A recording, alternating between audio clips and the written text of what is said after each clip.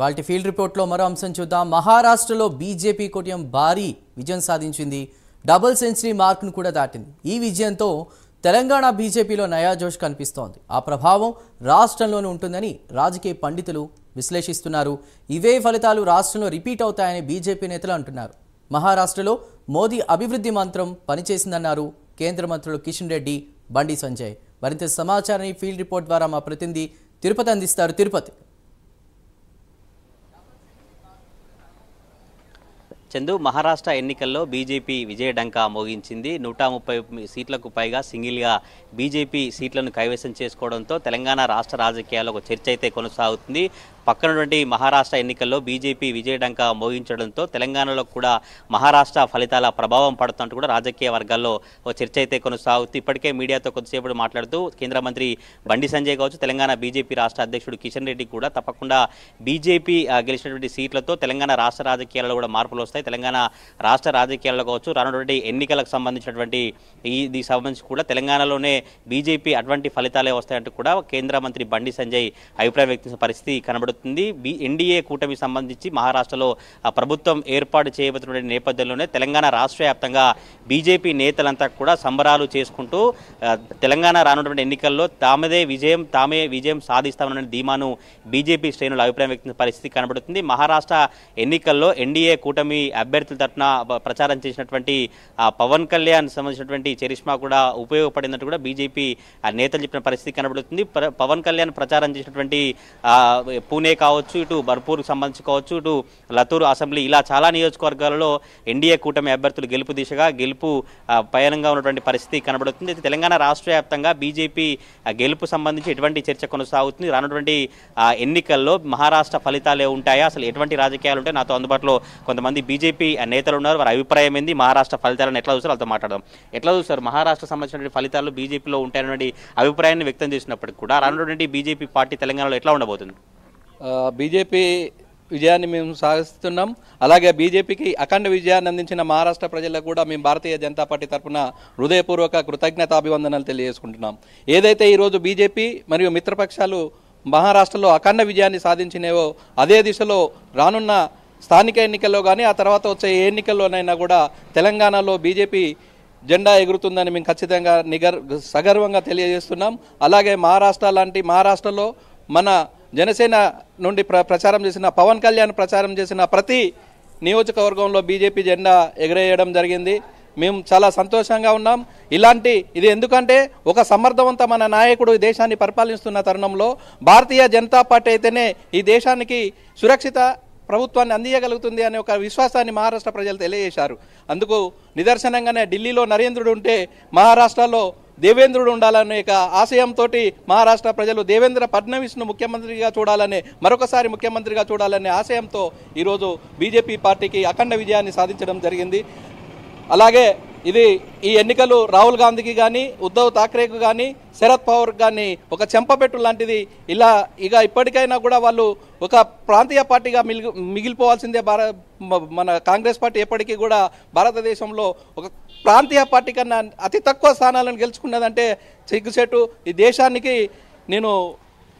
దేశాన్ని ఏకం చేస్తా అని ప్రయాణించినటువంటి రాహుల్ గాంధీ ప్రచారం చేసిన ప్రతి చోట కూడా ఇప్పుడు వాళ్ళు అపజయాన్ని పాలవుతున్నారు. కాబట్టి భవిష్యత్తులో భారతదేశం మొత్తం కూడా కాషాయమయమవుతుందని మేము సగౌరవంగా తెలియజేసుకుంటున్నాం. మహారాష్ట్రలో బీజేపీ ఇన్ని సీట్లు గెలవడానికి ఏ అంశాలు తోడ్పడని భావిస్తారు? ఏం చెప్తారు? అంటే ఇన్ని సీట్లు రావడానికి కావచ్చు, ఇంత మెజార్టీ రావడానికి ఏ అంశాలు తోడ్పడ్డాయంటే బీజేపీకి?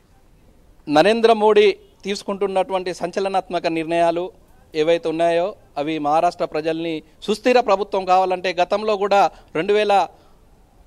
దీనికంటే ముందు జరిగిన ఎన్నికల్లో కూడా అప్పుడు కూడా బీజేపీ శివసేన పొత్తుతో ఎన్నికలు జరిగింది. అప్పుడు శివసేన పార్టీ మోసం చేసి కాంగ్రెస్తో పొత్తు కలుపుకొని మళ్ళీ ప్రభుత్వాన్ని ఏర్పాటు చేసినప్పుడు ఇలా అయితే లాభం లేదు, భవిష్యత్తులో మనం చాలా దెబ్బతింటాం, హిందుత్వం అనేది కోల్పోతాం, కాబట్టి ఖచ్చితంగా హిందుత్వానికి ఎవరైతే సపోర్ట్ చేస్తారో వారినే మనం గెలిపించుకోవాలని చెప్పి మహారాష్ట్ర ప్రజలు తీర్పునిచ్చుకున్నారు. దానికి తోడుగా బాటేగాతో కాటేగా, హేక్ హేతో సేప్ రేగా అనే నినాదం కూడా చాలా మంచిగా పనిచేసింది. అంతేకాకుండా మహారాష్ట్ర ప్రభుత్వం మహిళలకు లాడ్లీ బేటీ యోజన ద్వారా కూడా చక్కని సంక్షేమ పథకాలను అందించడం ద్వారా ఈరోజు విజయాన్ని సాధించగలిగినాం. లేదు సార్, పక్క మహారాష్ట్రలో బీజేపీ దూకుడుకు సంబంధించి తెలంగాణ బీజేపీ రాజకీయాల్లో కావచ్చు, తెలంగాణ రాజకీయాల్లో ఎట్లా తోడ్పడుతుంది అనుకుంటారు?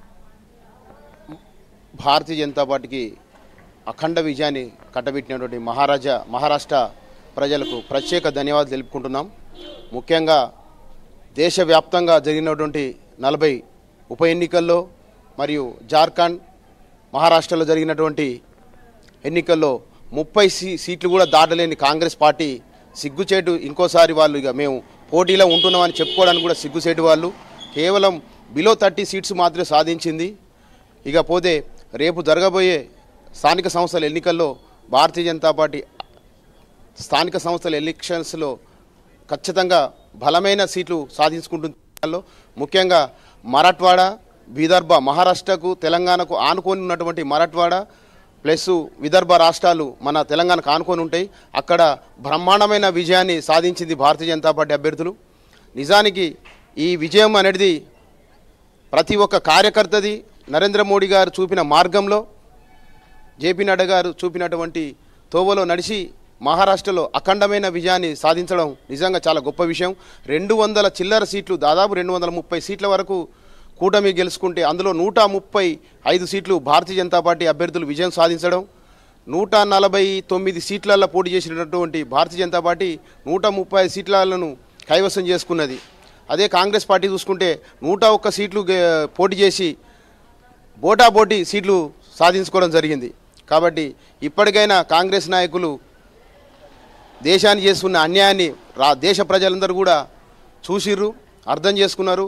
భారతీయ జనతా పార్టీ ఉంటేనే మన దేశం అనేది ముందుకు పోద్దని నిర్ణయించుకొని భారతీయ జనతా పార్టీ అభ్యర్థులకు పట్టం కట్టడం జరిగింది మహారాష్ట్ర ప్రజలు. ఈ సందర్భంగా మహారాష్ట్ర ప్రజలకు ప్రత్యేక ధన్యవాదాలు తెలుపుకుంటున్నాం తొర్రూరు మున్సిపాలిటీ తరఫు నుంచి. ఇది చందు, తెలంగాణ రాష్ట్ర వ్యాప్తంగా బీజేపీ సంబంధించినటువంటి శ్రేణుల అభిప్రాయం అయితే ఇలా కనబడుతుంది. మహారాష్ట్ర ఎన్నికల ఫలితాలంతా కూడా తెలంగాణ రాజకీయాల ప్రభావం చూపుతాయి. ఇప్పటికే ఎన్డీఏ కూటమి మహారాష్ట్రలో ప్రభుత్వం ఏర్పాటు చేసిన నేపథ్యంలోనే పక్కనటువంటి మహారాష్ట్ర ఫలితాలతో తెలంగాణ రాజకీయాలు కూడా మారిపోతే రానున్నటువంటి ఏ ఎన్నికలు చూసినా కూడా తప్పకుండా తెలంగాణకు సంబంధించినటువంటి బీజేపీయే లీడ్లో ఉంటుంది. బీజేపీ తప్పకుండా పార్టీ పురోభావం తీసుకొచ్చిన తర్వాత పార్టీ నుంచి అత్యధిక సీట్లు కావచ్చు. బీజేపీ మహారాష్ట్ర ఫలితాలే తెలంగాణలో రిపీట్ అవుతున్నటువంటి అభిప్రాయాన్ని అయితే తెలంగాణ రాష్ట్ర వ్యాప్తంగా బీజేపీ శ్రేణులు ధీమా వ్యక్తిస్తూ పరిస్థితులు కనబడతా ఉన్నాయి. Chandu, right, thank you for the report Tirupati.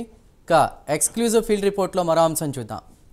BJP కూటమికి మహారాష్ట్ర ఓటర్లు పట్టం కట్టారు. మహాయుతి కూటమి భారీ విజయం సాధించింది. ఫడ్నవీస్, ఏకనాథ్